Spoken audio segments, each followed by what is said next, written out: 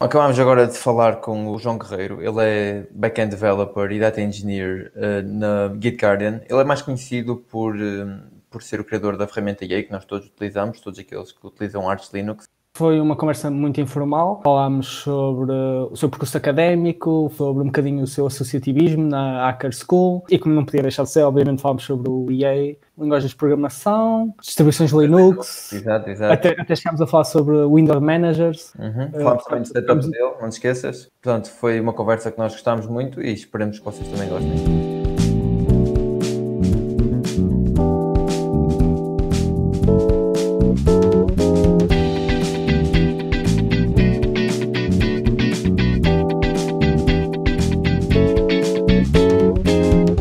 Estivemos aqui a falar com o João há já 20, 30 minutos, já deu para nos conhecermos bem, etc. Agora vamos começar o podcast e a primeira pergunta que eu te fazia, João, é quando é que foi a primeira vez que tu programaste? Tu disseste-nos que já tinhas experiência de programação antes de entrar na universidade, mas ainda não falámos muito bem como é que isso aconteceu e quando, se puderes contar um bocado sobre isso. Então, para começar, desde muito cedo que utilizo o computador, já agora. Provavelmente o primeiro Windows que usei foi nem sequer antes do Millennial Edition. Por acaso tenho que pensar, que agora não me estou a lembrar, mas devia até à volta de 6 anos. Quando que era o primeiro computador que o meu pai deixou de utilizar e então deixou-me brincar com ele. E nessa altura ainda eram um pouco diferentes as coisas. Já era muito diferentes comparado com os anos 90, mas ainda era... Não era tão widespread como hoje em dia. Então sempre foi algo do meu interesse. Depois, quando cheguei ao secundário, comecei a investigar o que eu queria fazer. E, entretanto, já tinha jogado imensos jogos. E então, a partir daí... comecei a ver, como é que na realidade, como é que se faz os jogos, é com programação. E então comecei a investigar como é que se faziam videojogos e comecei a aprender Python. E na realidade, a primeira coisa que comecei a aprender foi Java, porque era bastante utilizado na altura para jogos. Isto na altura, o que havia RuneScape, Tribos, ou o nome original Tribal Wars, que era basicamente Java e PHP. Para quem já utilizou PHP, não é exatamente a linguagem mais user-friendly. Para quem utiliza Java também não, como primeira linguagem. Inicialmente, sem bases teóricas é extremamente difícil, e então comecei a tentar fazer o bottom-up do user-friendly, que é o Python. Exatamente, comecei a automatizar pequenas coisas. Entretanto, queria aprender também como automatizar algumas coisas, algumas tasks normais utilizando informação do ecrã, por isso aprendi C#. E então entrei na universidade com essas duas linguagens já um pouco dentro do toolkit, mas nada de evoluído, digamos. Mas tudo assim de uma forma muito autodidata, por ti, curiosidade, ires pesquisando. Sim. Ir lendo tutoriais, todos aqueles bons antigos PDFs. Certo, muito interessante. Então, a tua escolha para o curso que fizeste na universidade foi fácil ou isso prejudicou-te? Ou tu já teres tido experiência?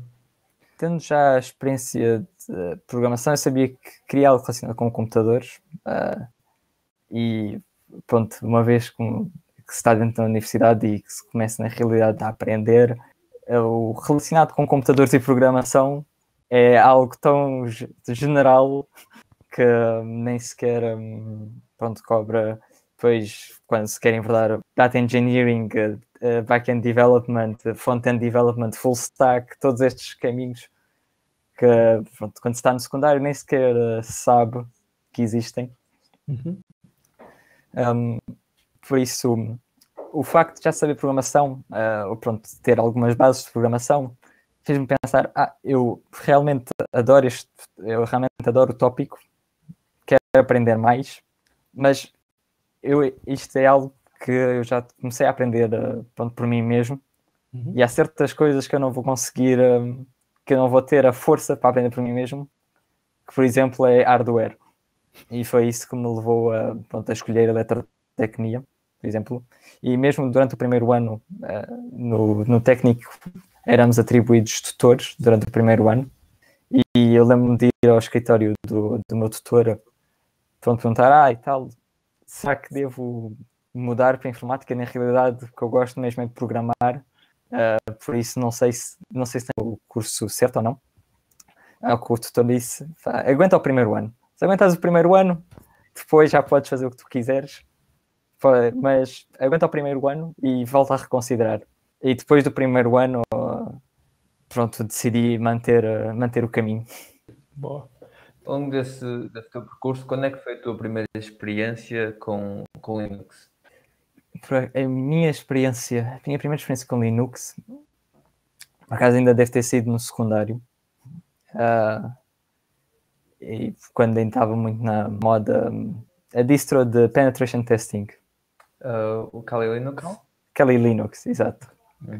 Essa é a minha primeira experiência, porque tinha, pronto, lido, há certas coisas em Python tipo, que te permite enumerar Wi-Fi access points e tens de usar o Kali Linux. E como qualquer aluno de secundário curioso, tive de verificar que na realidade não tinha uma placa compatível com wireless monitoring. Mas depois, no primeiro ano de faculdade, comecei a utilizar Elementary. Que é o projeto Elementary. E acho que ao final do primeiro ano já estava a utilizar Arch Linux.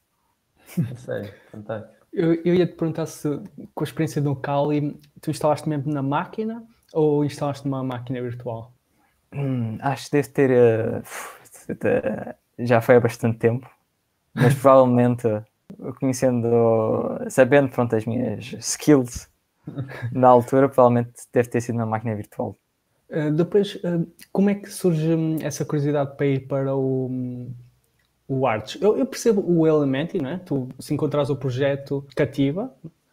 Até se começávamos por aí antes de ir para o Arch. O que é que na altura te cativou no Elementary para escolheres como tua ferramenta? Porque também não, apesar de ser eu perceber mais ou menos porquê, não é muito popular, não é das mais populares. Sim, não é das mais populares, efetivamente.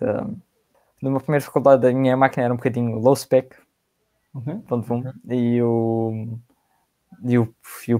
lembro que na cadeira de primeiro ano tínhamos programação e o professor aconselhava utilizar uma VM que ele tinha montado de Lubuntu.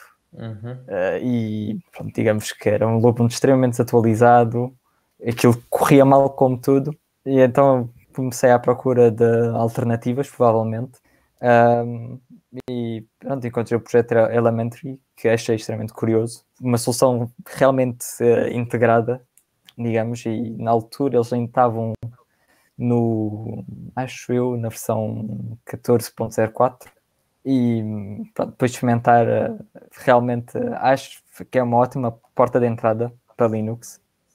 Ainda por cima naquela altura tinha uma estética muito mais próxima de macOS e muito mais polished que, por exemplo, o Ubuntu, porque na altura o Ubuntu ainda usava o Unity e era muito pesado.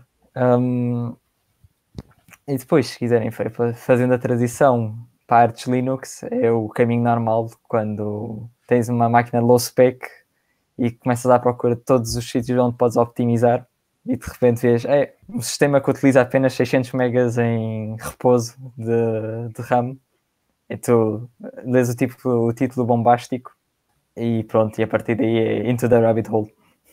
Certo. E se fosse hoje em dia e estivesse a falar com alguém que estivesse à procura de dar os seus primeiros passos no Linux, qual é que seria a tua recomendação e porquê? Pessoalmente, hoje em dia, em termos de user-friendliness, acho que o Ubuntu e Elementary, os dois projetos, estão bastante par e passo, e acho que são ambas boas escolhas. Tecnicamente, ou se estiver a pensar no sistema que vai dar menos problemas, provavelmente recomendaria Fedora, que acho que eles estão simplesmente tecnicamente estão muito à frente. O resto podem dizer que é um ambiente beta para a Red Hat, mas todas as grandes inovações, ButterFS, XFS também, todos assim, os grandes saltos que as distribuições têm dado nos últimos anos, geralmente começam em Red Hat. E em termos de track record de manutenção, tem sido dos melhores. Nós reparamos, quando estávamos a ler o teu blog, que nos últimos artigos já tinhas tutoriais em Fedora e CentOS. Quando é que foi aí que tu abandonaste o Arch Linux, ou usas os dois em simultâneo? Eu de momento só utilizo Arch Linux. Utilizei Fedora durante o meu mestrado, especialmente porque, como era mais próximo, tem informação. Eu fiz o meu mestrado com uma empresa portuguesa, que é uma Certificate Authority, a Multicert, e era mais próximo dos ambientes de testes que tínhamos na empresa. Não só isso, mas também tinha um suporte mais próximo da Intel. Estava a utilizar drivers binários muito específicos da Intel e um Development SDK muito específico da Intel, que infelizmente em Arch Linux não tem tão bom suporte. Então decidi mesmo durante essa altura deixar o Arch Linux, utilizar Fedora para fazer o que tenho a fazer, e depois voltei para a Arch Linux. Pelo menos nessa altura estava a utilizar Arch Linux nas minhas máquinas pessoais e Fedora na máquina de trabalho. E por acaso agora estou curioso, até porque não é? O motivo pelo qual nós convidámos, o motivo pelo que nós te conhecemos é por teres criado o EA. Para quem usa Arch Linux, obviamente toda a gente sabe o que é.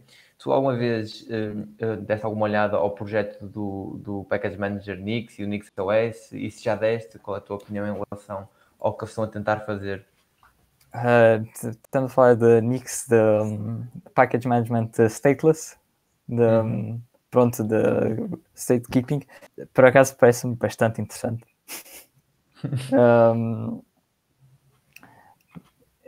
De momento, assim, os projetos que eu tenho dado mais atenção em termos de package management tem sido exatamente o Nix, Delta Packages em Fedora, que é apenas nos deltas necessários, que reduz imenso a bandwidth necessária para upgrades, e Alpine Linux e o sistema de package deles, que é o APK, simplesmente porque acho que é uma distribuição que tem um nicho muito específico e muito interessante. E também tenho dado uma olhadela em Void, mas por acaso até gostava de já ter experimentado Void, mas depois, na altura em que eu estava a olhar, eles tiveram problemas com o maintainer principal deles, desapareceu, keys não foram renovadas corretamente, e de momento, e por isso deixei de prestar atenção ao projeto, mas por acaso é um projeto que eu gostaria de voltar a prestar atenção. Tu acompanhas esses outros package manager para tirar ideias, para só simplesmente curiosidade, manter-te atualizado? Alguma ideia assim que gostavas de trazer para o EA, que viste recentemente? Ou... Sim, geralmente é apenas para manter atualizado. Em termos para o EA, do momento, a maior alteração que vai haver é a introdução de Concurrent Package Downloading no Pacman 6, que o EA já suporta Pacman 6. Que realmente vai tornar, e digamos que é uma funcionalidade que o Pacman vai buscar à RPM, ao sistema Red Hat, e que vai provavelmente melhorar bastante a performance dos updates, e é um bottleneck bastante grande no momento. Assim, de outras ideias, há também algumas coisas de concorrência que podem ser melhoradas no EA, mas não costumo tirar muito. Costumo apenas gosto de saber o que é que se está a passar no espaço. Agora, se calhar, falando um bocado de linguagem de programação, tu falaste que as tuas primeiras experiências foram com Java, PHP, e depois acabaste por ir para o Python.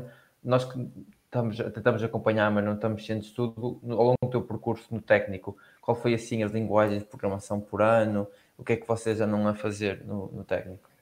No técnico, se bem me lembro, Começámos com a mãe de todas as linguagens, C.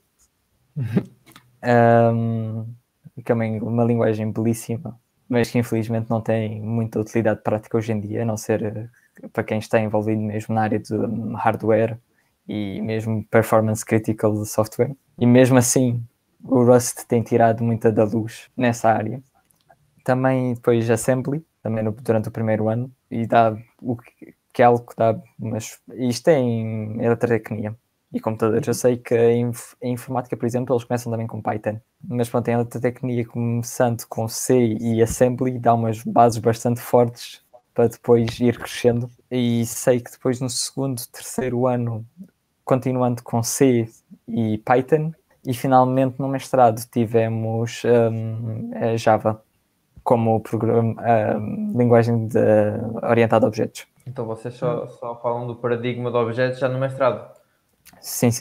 Ou seja, é possível, e apenas porque eu escolhi a especialidade de computadores, é possível fazer eletrotecnia e computadores sem nunca entrar no paradigma orientado a objetos. E nem entramos nem se entra no paradigma de funcional. Isso é engraçado. Quer dizer, a não ser que se considere MATLAB. Sim. É engraçado porque nós aqui no Minho, estou neste momento, estou na Finlândia, mas aqui no Minho, a primeira linguagem que aprendemos é Haskell e o paradigma funcional.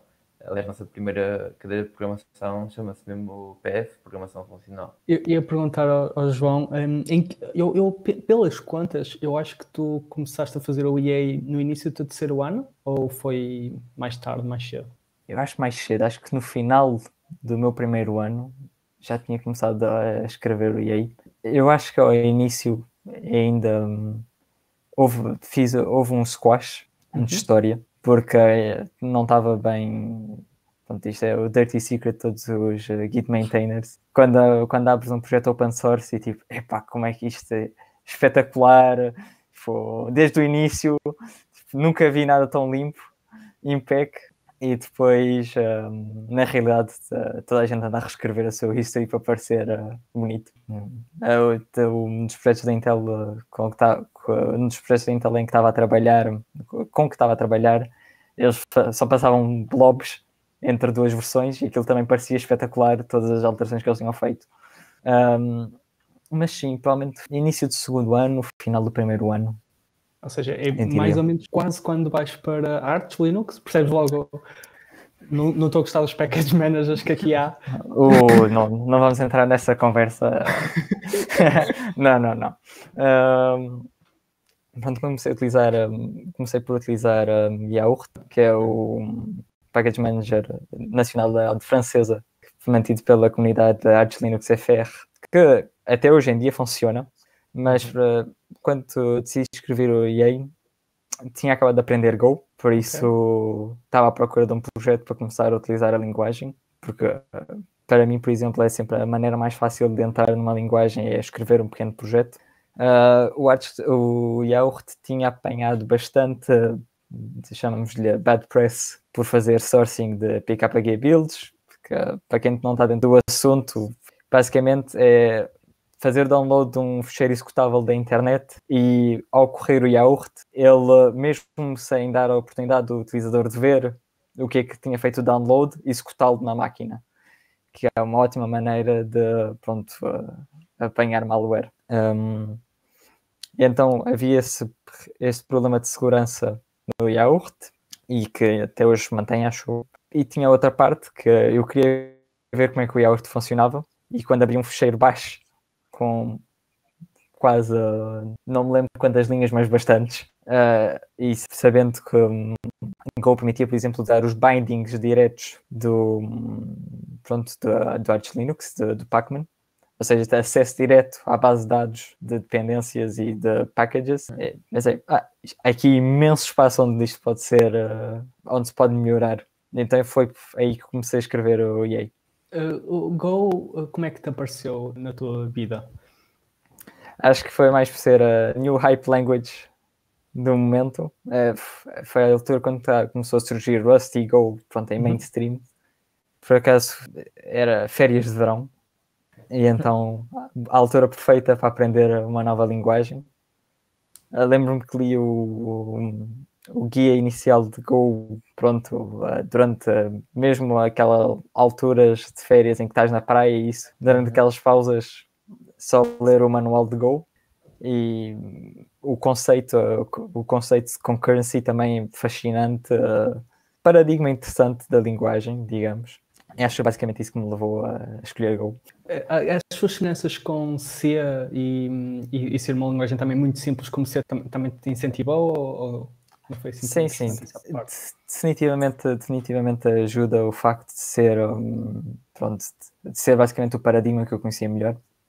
E não diria que sou developer mais minimalista, mas na altura estava um pouco na fase de, pronto, dependências é mau, isto tudo escrito e minimizado e optimizado ao mínimo ponto é que é a melhor maneira de fazer as coisas. E como eu estava errado, e então acho que foi um pouco dessa fase. E ainda por cima as suas bibliotecas internas, não é? Trazem-te logo essas dependências sem teres que pôr dependências no fundo, não é?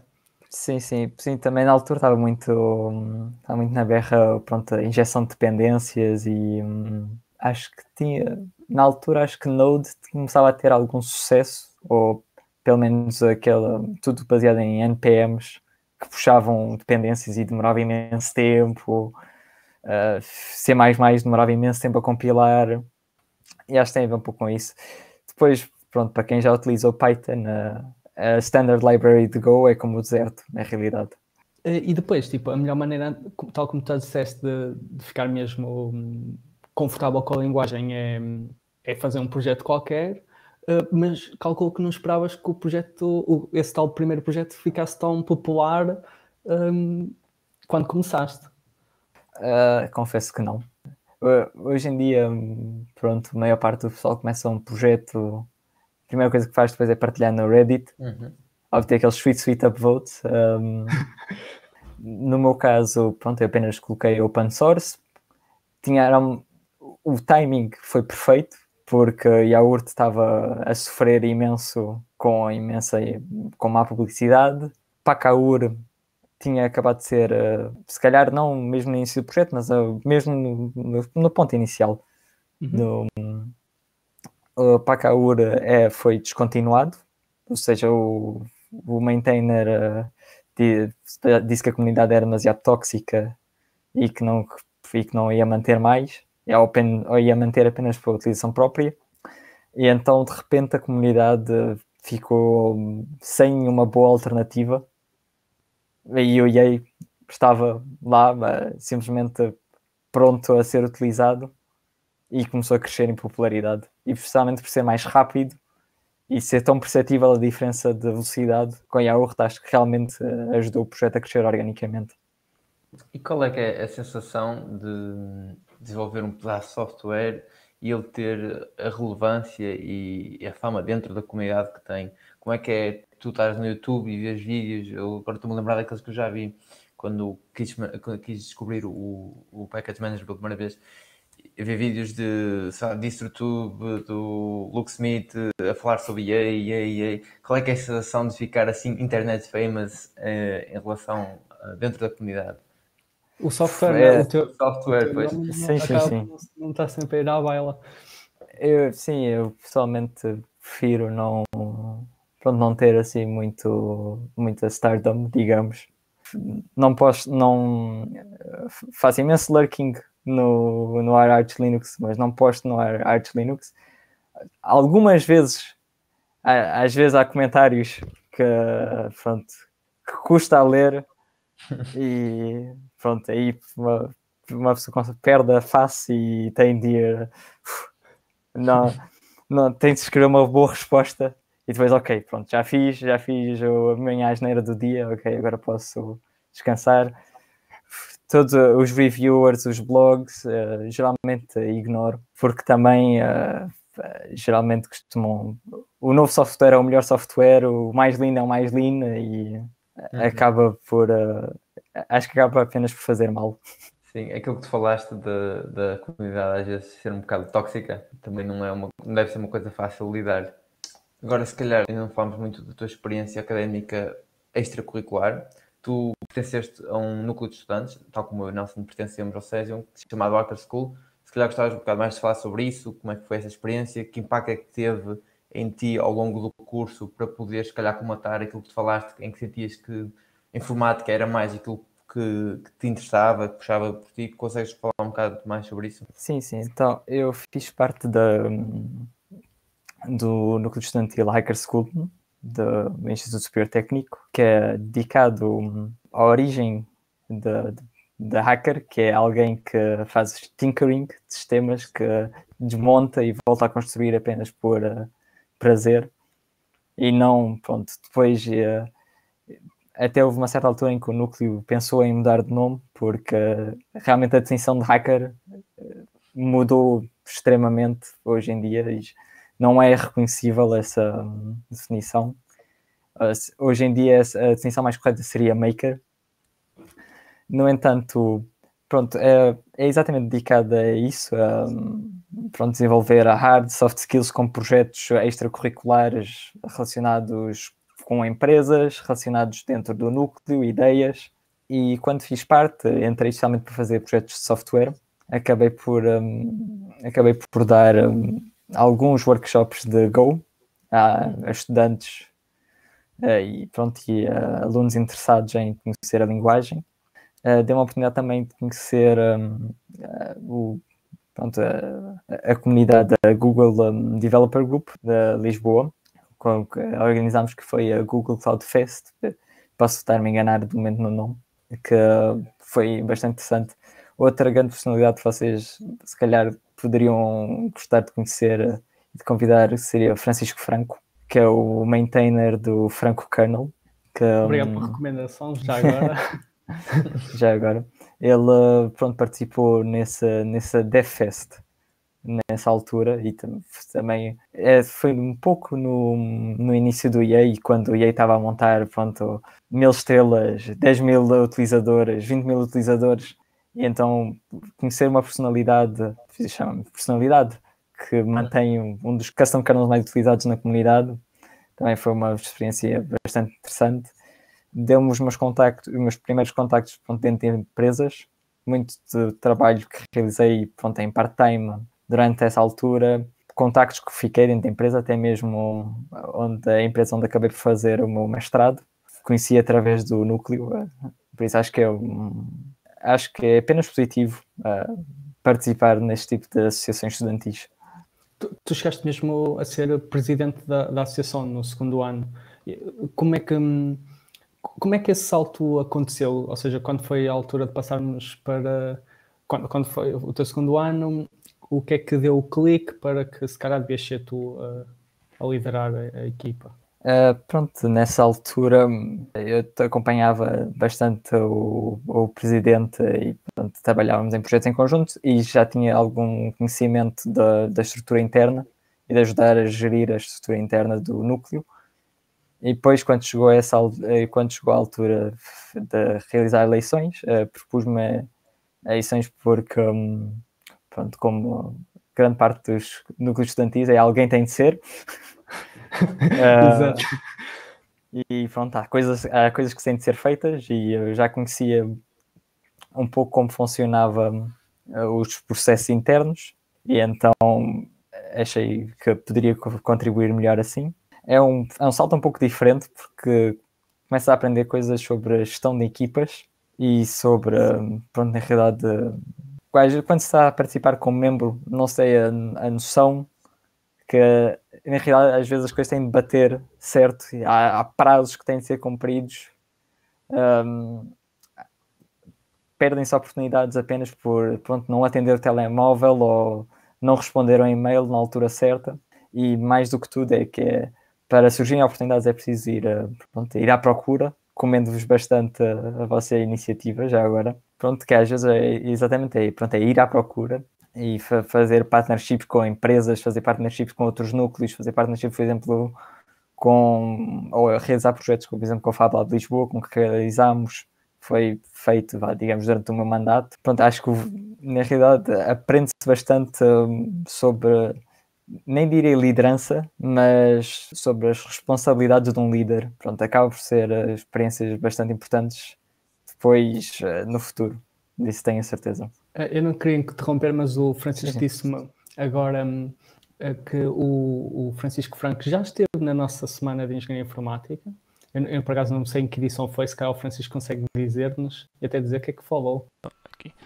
O Francisco Franco, sim, foi nosso convidado na SEI. Eu julgo que foi na SEI do primeiro ano do Nelson no nosso curso. E falou sobre o kernel de Linux dele. Foi mesmo o tema da talk.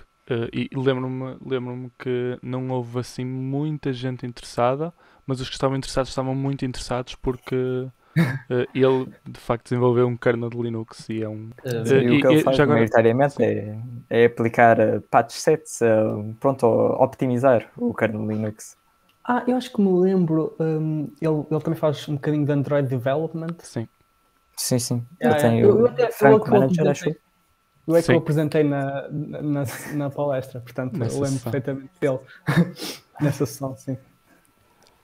E eu aqui, João, estavas a falar sobre um assunto, e já que eu intervim, aproveitava também para fazer uma questão. Se tinhas dito que as competências que ganhaste enquanto líder da equipa, enquanto pessoa que orientava o projeto do Hacker School, que ganhaste algumas competências que serão certamente mais tarde úteis, mas tu já sentiste isso na pele, que já foi útil para ti desde que chegaste ao mundo do trabalho, em que estás realmente focado de trabalho, que essas competências de líder já te foram úteis?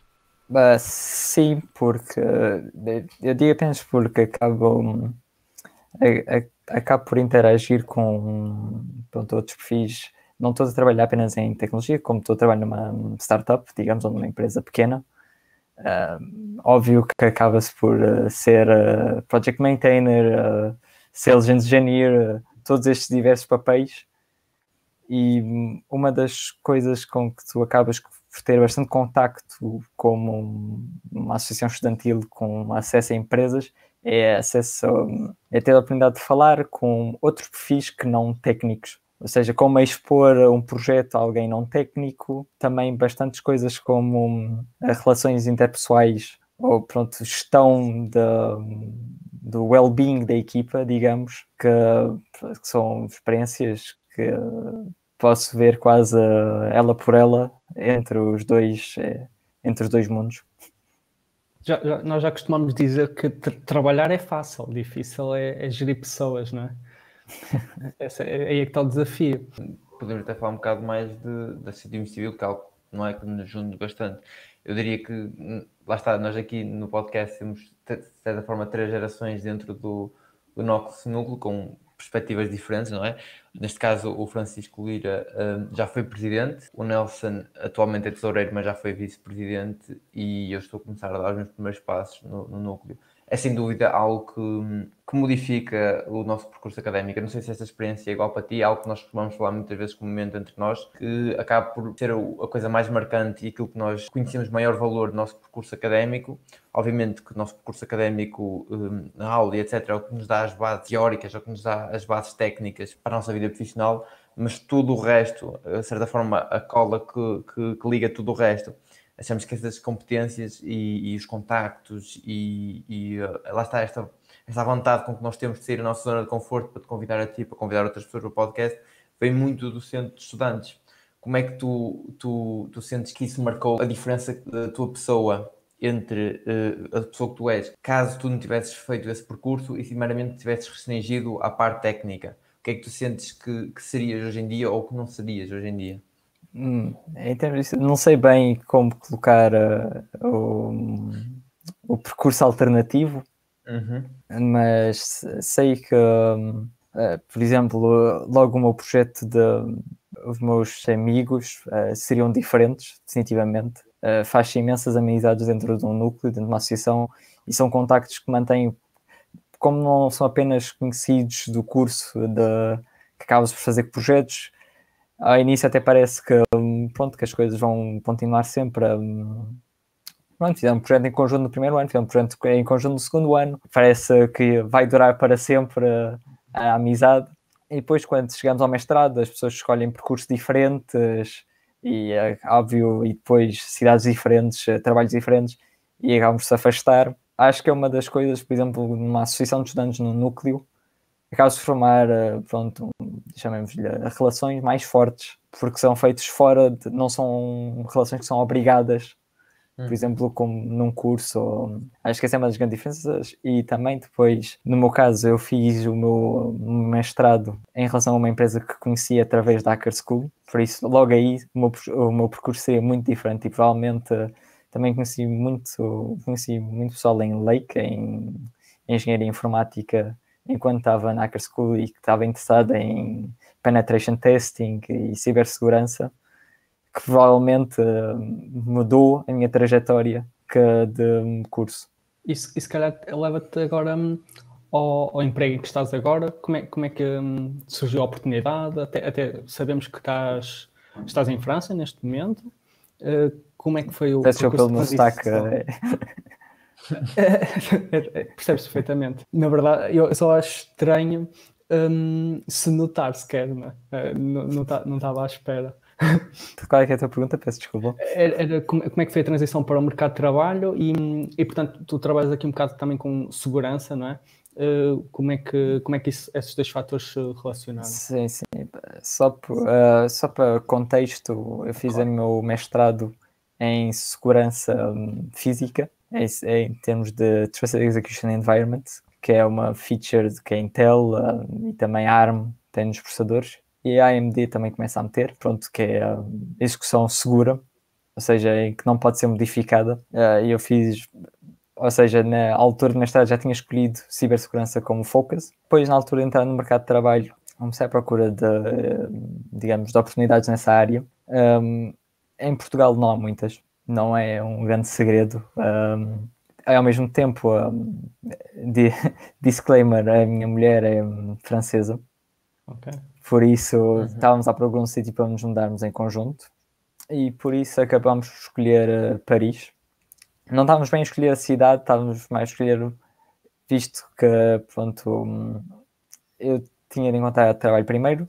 Eu comecei à procura de quais as oportunidades em diferentes cidades, ou seja, meti a rede apenas por toda a Europa e encontrei a GitGuardian, que é, pronto, uma startup jovem, ambiciosa, bastante ambiciosa, fazendo competição diretamente ao GitHub e a outros grandes players no mercado, e um mercado que ainda praticamente não está explorado. Achei curioso o desafio, gostei da technical stack que tinham, tive a oportunidade de falar diretamente com os fundadores durante o processo de entrevista, que realmente ajudou a perceber qual é que é a visão que eles tinham para a empresa, o que é que os destacava, também perceber se era uma empresa se era uma startup que era forte em marketing ou se era forte em termos técnicos. E pronto, gostei de todas as respostas que obtive nesse processo e então decidi jogar-me de cabeça, digamos. Antes de continuar, eu se calhar gostava de dar um passo atrás, porque acho que faltou alguma coisa que devíamos ter falado, que é ainda durante o percurso académico do João, ele fez um período de exchange na Coreia do Sul, que é uma coisa que não é assim muito comum. Como é que essa oportunidade surgiu? Durante quanto tempo é que foi? Como é que foi a experiência? Essas coisas todas. Consegues-nos falar um bocado sobre isso? Sim, sem problema. Fiz 6 meses na Coreia do Sul, através de um programa bilateral de exchange, ou seja, não é Erasmus. Foi durante o início do meu mestrado, na realidade, durante o primeiro ano de mestrado. Escolhi a Coreia do Sul apenas porque me apetecia ter uma experiência diferente e sempre tive curiosidade para saber como é que era. Foi o primeiro ano que a minha universidade fazia um exchange com a Universidade Coreana, por isso não havia nenhuma experiência, não havia ninguém a quem perguntar como é que foi, como é que é a universidade, como é que são as equivalências, como é que são os cursos. Então apenas fui à descoberta, digamos, e foquei-me bastante tive lições de criptografia, tive aulas de criptografia, bastante de machine learning.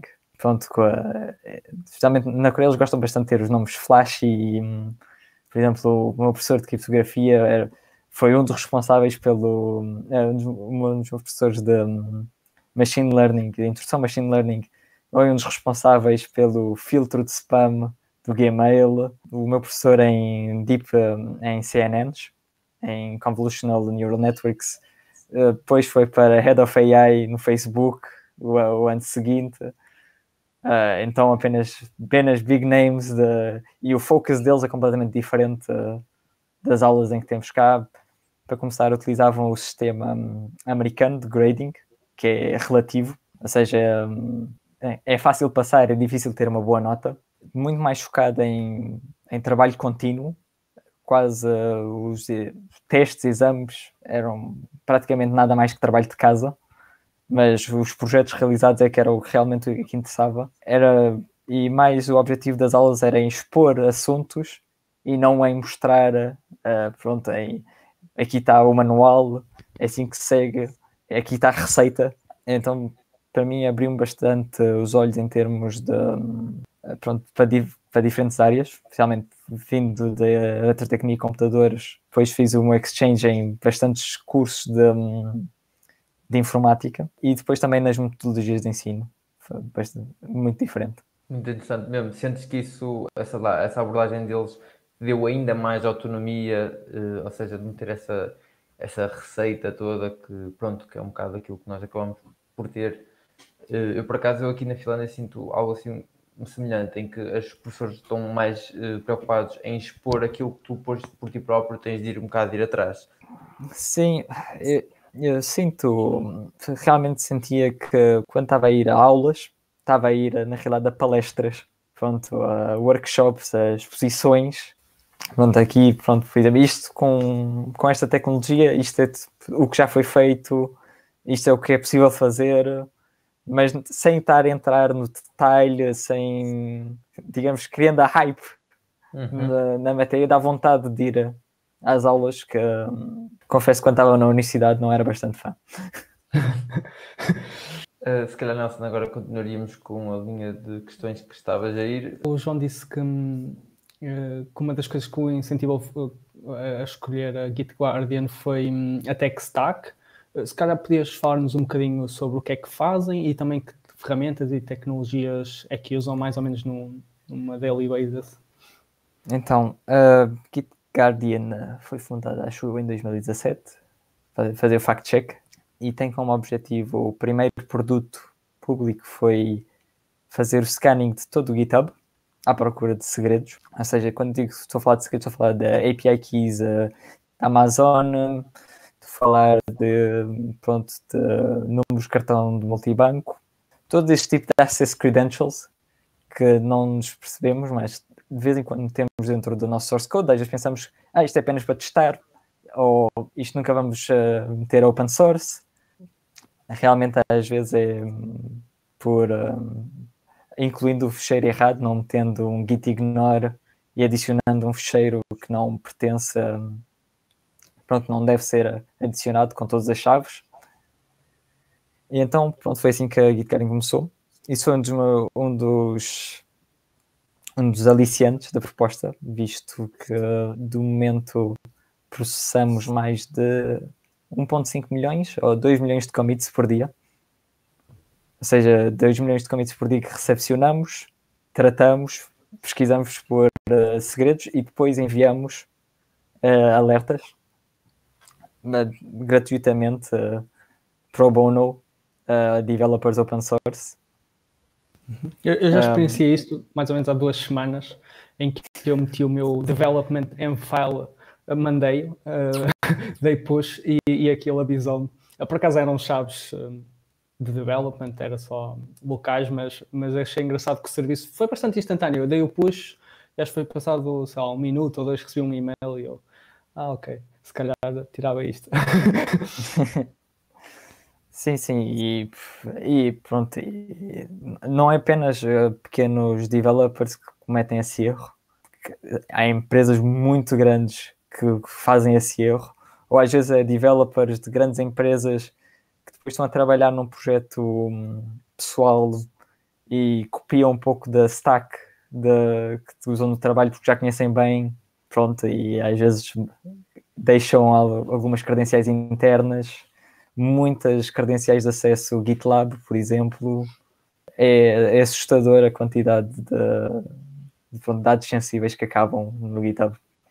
Em termos de stack em si, uma das coisas que se calhar não se tem muita experiência na universidade, porque também não se tem a escala para tentar utilizar message brokers. Nós utilizamos, por exemplo, o RabbitMQ.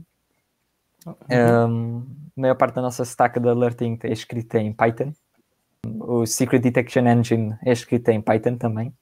E depois, óbvio, utilizamos MongoDB, Redis, Postgres, mas stack habitual, e também em termos de front-end React e Node.js, e pronto. E depois para serviços internos costumamos utilizar Go, ou quando é preciso mover dados rapidamente de um serviço para o outro, Go geralmente costuma ser a resposta a essa questão. Certo. Nós agora estamos assim mais virados para a máquina virtual da Erlang, mesmo ali eu e o Filipe estamos a começar a explorar aqui o mundo do Elixir e, portanto, meio que os sistemas distribuídos acaba por ser inerente a isso, os messages que uma das nossas áreas de interesse. Uma das nossas grandes felicidades nos tempos recentes foi termos conseguido convidar o criador do Elixir, José Valim, aqui para o nosso podcast. Se ele por acaso tiver a felicidade de encontrar este vídeo e este momento antes de fazer podcast connosco, nós ficámos mesmo terrivelmente contentes de conseguir. Por acaso foi uma das coisas que nós não estávamos à espera, se bem que suspeitávamos, foi o quão abertas e quão contentes as pessoas estariam em falar da sua vida profissional, etc. Não por causa disso, mas até mais porque as pessoas geralmente as pessoas que nós convidamos são pessoas com um perfil bastante elevado dentro da indústria, dentro da comunidade, e achávamos que não iam ter tanto, se calhar, disponibilidade, etc. Se calhar o Covid foi nosso amigo nesse aspecto, não sabemos. Mas tem sido uma experiência bastante... Não sei, acho que a maior parte, pelo menos a minha parte, eu acho que é extremamente valioso, especialmente, me fiz parte do núcleo, sei que só perguntar e estar à espera da resposta dói mais de um lado do que do outro, e que é valioso. Pessoalmente mal posso esperar para ouvir a vossa entrevista com o criador de Lua, que é uma das minhas linguagens, criador, maintainer, que é uma das minhas linguagens favoritas. O homem, o Roberto, é um poço de conhecimento. O que eu disse no final da entrevista, a brincar, Nelson, é que foi entrevistado certo, foi um investidor errado, no meu caso, porque o homem era um poço de conhecimento e uma pessoa super acessível, foi fantástico, foi mesmo fantástico. Eu vi no LinkedIn que o João tinha como língua, uma das skills era Lua, e vi que tinhas umas 7 ou 8 recomendações, e eu disse, então isto já é uma cena mais... Já usaste se calhar para vários projetos, ou assim? Onde é que usaste Lua, ou onde é que usas agora? De momento, todos os dias quando abro o computador vejo Lua, porque eu utilizo o AwesomeWM. O AwesomeWM, exatamente. Isso foi quando nós estávamos a falar sobre convidar o criador Lua, disse eu, Lua, conheço-te o AwesomeWM. Então tu és, eu por acaso Window Manager, eu sei que o Nelson usou i3 e eu quando estava no Arch, antes de ter tido aquele problema, usava o Xmonad. Porque lá está, nós aprendemos Haskell, etc. Ou seja, era um que eu podia andar a mexer e a brincar com aquilo sem estar a ter uma grande curva de aprendizagem. Sim, eu utilizo, comecei a utilizar AwesomeWM e aprendi Lua por causa do AwesomeWM, e pessoalmente acho que é impossível, mesmo sem suporte para o Wayland, acho que já não consigo mudar, já estou preso. Até que apareça outra coisa que me dê tanta liberdade como o Awesome, e especialmente tenho um setup bastante específico, nunca vou conseguir mudar. E em termos profissionais também traz vantagens, porque tudo o que é para escrever scripts que corram em Redis tem de ser em Lua. E então já bastantes vezes salvou-me. Que outros Windows Manager experimentaste e o que é que gostaste menos neles em relação ao Awesome? Experimentei i3 e Sway. Não gostei bastante da configuration. Achei também o facto de não incluir da tracer separada faz sentido de um ponto de vista Unix, mas estava a procurar algo com mais pilhas incluídas, digamos. depois de experimentar pronto, tudo o que é Lua Scripting em Awesome WM, ter funções e conseguir modificar todos o mais pequeno aspecto, a liberdade é simplesmente diferente. Por acaso, o Awesome WM, sempre que eu vi no Unixport, não sei se tu acompanhas esse Reddit, que é basicamente onde as pessoas postam os seus REST Linux e etc. Eu nem posso ver aquilo, senão fico lá com vontade de mexer na minha configuração e perco lá umas horas. Mas todos que eu vi do Awesome WM, a impressão que eu fiquei sempre é que tinha um aspecto mais fantástico e que lá está, tinha uma liberdade enorme para fazer muitas coisas e que nós, muito mais no i3, mas também no Xamarin, queremos estar um bocado mais restritos. Esta parte aqui eu gostava de falar um bocado mais tempo, porque tu agora disseste que já te safou no trabalho para fazer alguns scripts em Redis e que acabaste para o Redis e acabaste por... já sabias a linguagem por causa do Awesome. A pergunta que eu queria fazer basicamente é, tu quando percebeste que tinha que ser Lua, até que ponto é que exploraste a linguagem antes, a ver se ias gostar da customização, né? Porque se não fosse, por exemplo, produtivo customizar, se calhar não valia a pena ter essa liberdade, ou valia sempre a pena para ti? Se foi algo que pensaste na altura? Na realidade apenas comecei a utilizar, e em termos de defaults são bastante sãos, digamos, comparado com i3, e pronto, depois começa, pronto, dava-me jeito de mudar isto ligeiramente, ok, aprender um bocadinho de Lua aí, dava-me jeito de mudar um bocadinho isto também, ok, mais aprender um bocadinho de Lua. Pouco a pouco começas a construir uma rede de snippets dentro, e depois aí a uma certa altura começas a aprender a linguagem. É uma linguagem também muito, muito simples, não é? Por acaso parece que é um padrão teu de quase todas as linguagens que tu vais falando com mais motivação, têm todas essa característica, é muito simples, portanto, building blocks pequenos, simples, interessantes, e depois constróis a partir daí. É um padrão que já notaste ou surgiu naturalmente pelo tipo de coisas que foste fazendo?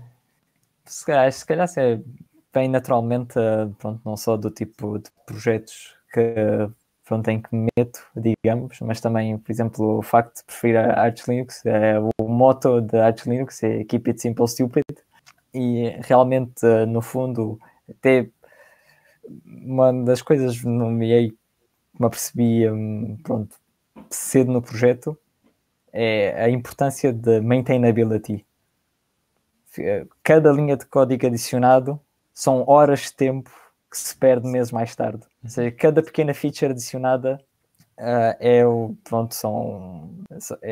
tempo que se perde mais tarde, porque depois vai dar regressões, vai haver bugs. E lembro que fiz uma entrevista de emprego uma vez.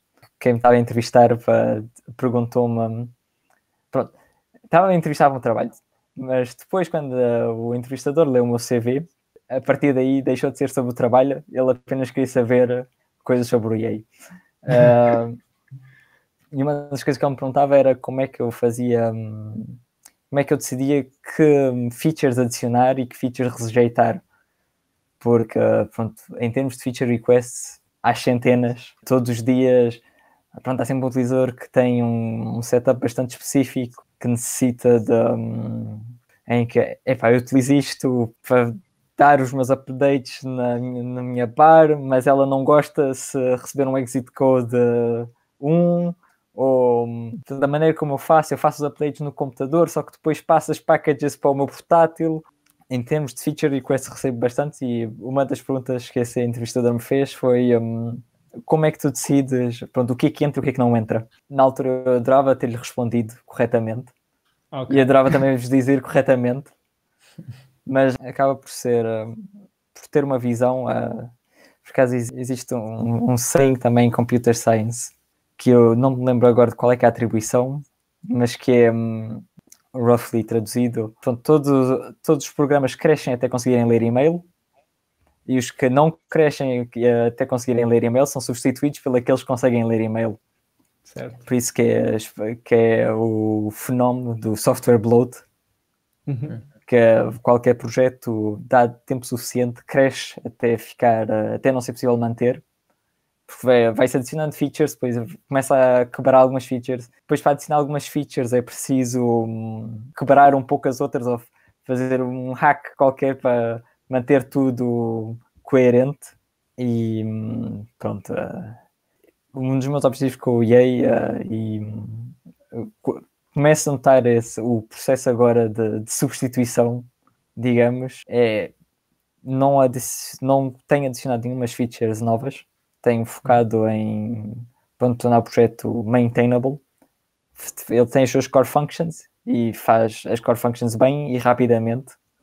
E pronto, isso tem a ver com end-to-end testing, tem a ver com unit testing, tem a ver com ser estrito nas reviews, tem a ver com escolher as dependencies como deve de ser e rejeitar features que não pertencem a essa visão. Ou que, por exemplo, o BA, por exemplo, lê as notícias que são postadas no site da Arch Linux. Também adicionaram para ler os comentários. Um dos features do Quest, e se calhar, se a feature for bem compartimentalizada, se for possível de fazer a feature sem ter de hackear qualquer outra parte do programa, se é possível manter de uma forma diferente ou possivelmente dividir do projeto inicial, separar do projeto inicial, se calhar é fazível. Mas se essas condições não estiverem alinhadas, é uma das condições que eu vou logo rejeitar a feature. É de certa forma ter uma modularidade, não é? Sim, a questão é, isto acabamos por entrar sempre no debate da modularidade versus mono. Que é, pronto, chega-se também a um certo ponto em que tens tanta modularidade que acabas por perder imenso em termos de latência, de comunicação. Em Go, por exemplo, não acontece, mas em projetos maiores, geralmente o que acontece é começar a partir em blocos pequenos e depois quando se mete não escala, porque há problemas não é simplesmente rápido o suficiente. E do outro lado temos o monolítico, que acaba por ter tudo integrado e que é completamente impossível de manter. Alguns dos desafios que também essa arquitetura mais de microserviços traz para outras pessoas que para o developer é fixe. Por exemplo, alguns dos problemas novos têm a ver com DevOps, mas numa startup esses problemas acumulam-se se calhar à mesma pessoa. Não é uma coisa que há uma equipa, não é? Se calhar és tu. Não, na realidade, quantas mais pessoas depois tu quiseres incluir, depois sempre que quiseres alterar qualquer coisa, tens de perguntar-lhes permissão, tens de coordenar como fazer os updates entre microserviços. Ao crescer essa arquitetura de microserviços, apresentam também mais problemas. Eu não conheço pessoas que são microserviços para tudo. Conheço pessoas que microserviços é lixo e monolítico para tudo, e na realidade não há uma resposta certa. É mesmo preciso fazer os pros and cons em cada situação. Cada projeto, não é? Há de haver a escolha mais acertada. Especialmente se tiveres de ter o teu projeto a correr num ambiente que não é o teu. Ou seja, no ambiente de clientes, a arquitetura de microserviços rapidamente pode se tornar difícil de implementar. E até mesmo em desenvolvimento. Se calhar os processos, conjunto de coisas que tens que pôr no ar só para que uma pequena parte do projeto funcione, por causa das dependências, o grafo de dependências que aquilo tem, pode ser complicado. Mas ao mesmo tempo tem a vantagem, podes simplesmente fazer uma modificação a uma pequena parte, meter, por exemplo, um kubelet com a nova versão e ver se interage bem com os outros microserviços. O que com o monolito não é tão simples, porque acabas por ter de fazer o deployment da aplicação inteira. Pois é a questão do ambiente de staging mesmo, não é? Mas eu vi uma talk recentemente sobre isso, que era sobre Clojure.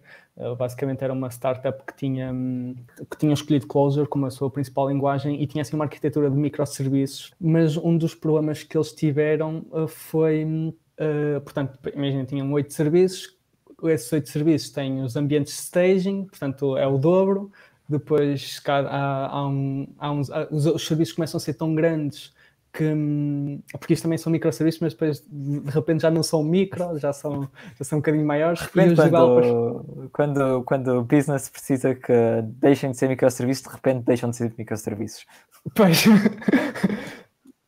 mas basicamente foram esses desafios que a dada altura não havia máquina que tivesse RAM suficiente para ter todos os microserviços, então havia um ambiente de development para usarem, com máquinas mais poderosas, e depois a dada altura alguém está a trabalhar num microserviço que é diferente do teu, ou seja, o teu não depende, mas o teu que estás a usar depende, e depois começa a crashar por todo lado. Porque lá está, às vezes o caminho que os projetos levam deixa de ser bem o microserviço da coisa. Sim, acho que a lição em isso tudo acho que acaba por ser que todos os paradigmas têm os seus limites e acho que também tem a ver com a escala do problema. Pronto, normalmente também, por exemplo, o microserviço acaba por ser uma arquitetura mais complexa que necessita de mais reflexão e de mais, digamos, development time em si, que se calhar não justifica. E apenas depois, quando se começa a ver, ok, quais é que são na realidade os bottlenecks que temos de tratar, aí é que justifica começar a pensar. Por exemplo, no meu caso, acho que essa foi uma das grandes diferenças que posso apontar ao João, que começou o EA há anos atrás, que é, às vezes, fazer as coisas rápidas, optimizadas, não é fazer coisas que sejam fáceis de manter. Às vezes um pouco de não optimização ajuda a ter um software com mais qualidade. E mais fácil de manter ao longo do tempo, não é? É sempre a mesma questão dos trade-offs. É os trade-offs Que fazemos.